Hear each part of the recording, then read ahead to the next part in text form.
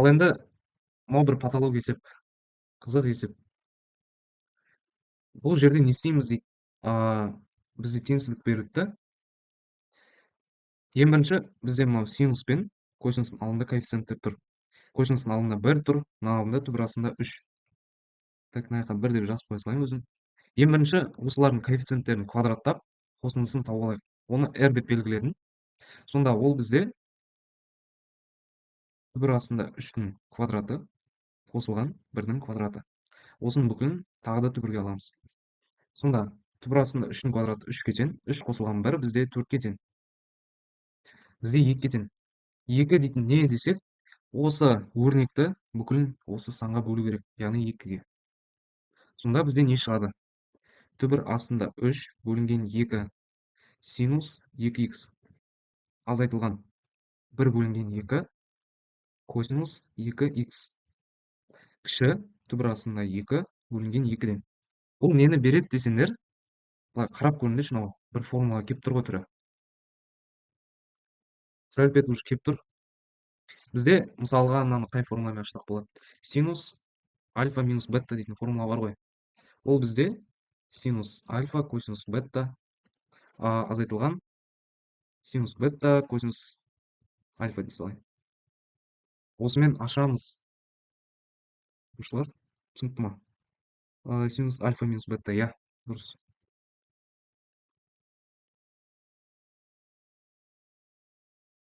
Ал енді осыған салайық. Сонда түбір астында 3 бөлінген 2-ні біз синус пи бөлінген 3 деп алсақ болады. Немесе косинус деп алсақ та болады. Былайынша бізде не жоқ, разница жоқ. 2-ден 1. Біз мынаны косинуспен ашайын деп тұрмыз ау, иә? Косинуспен. Так, онда басқашалай жазайын. Мынау бізде косинус пи бөлінген 6 болсын. Мынау синус 2х азайтылған 2-ден 1, ол бізде синус пи бөлінген 6-ға тең. Көбейтілген косинус 2х-ке. Так, енді вот енді формула әдемі көрініп тұр. Сонда бізде орындарын ауыстыру керек болады. Ең бірінші реттілігі бізде былай болу керек қой, синус пи бөлінген 6. Немесе жоқ, ауыстырмай қояйық. Сразу жаза салайық. Бұл бізде синус 2х минус пи бөлінген 6-ға тең. Кіші түбір астында 2 бөлінген 2-ге.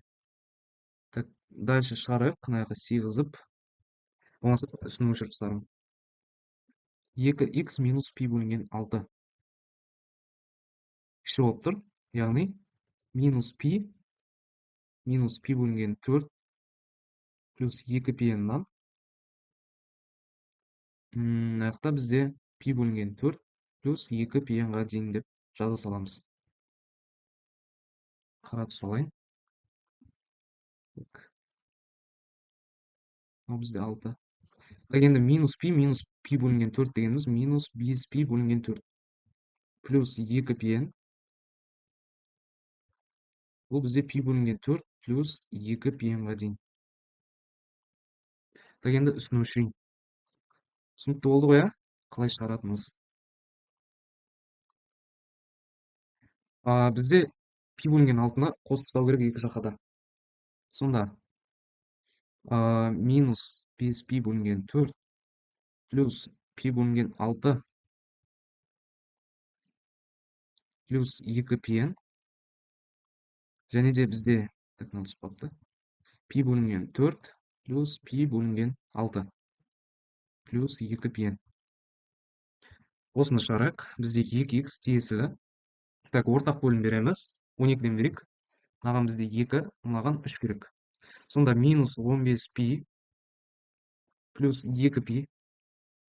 Бірден жазайық, бұл бізде минус 13 пи-ға тең. Минус 13 пи бөлінген 12. Плюс 2 пи-н. Пи бөлінген 4-ке 3 береміз, мынаған 2 береміз. Сонда 5 пи бөлінген 12. Плюс 2 пи-н. Так, мынаны да өшіріп тастайын.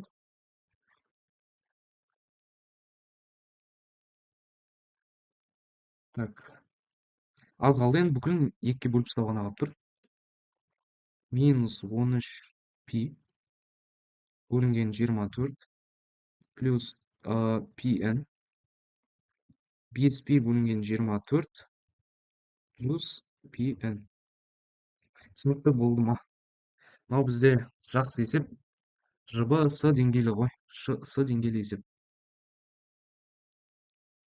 Осындай есеп келсе, яғни коэффициенттері алдында тұрса, осындайға салуға келіп тұрса, дәл осылай таба саламыз.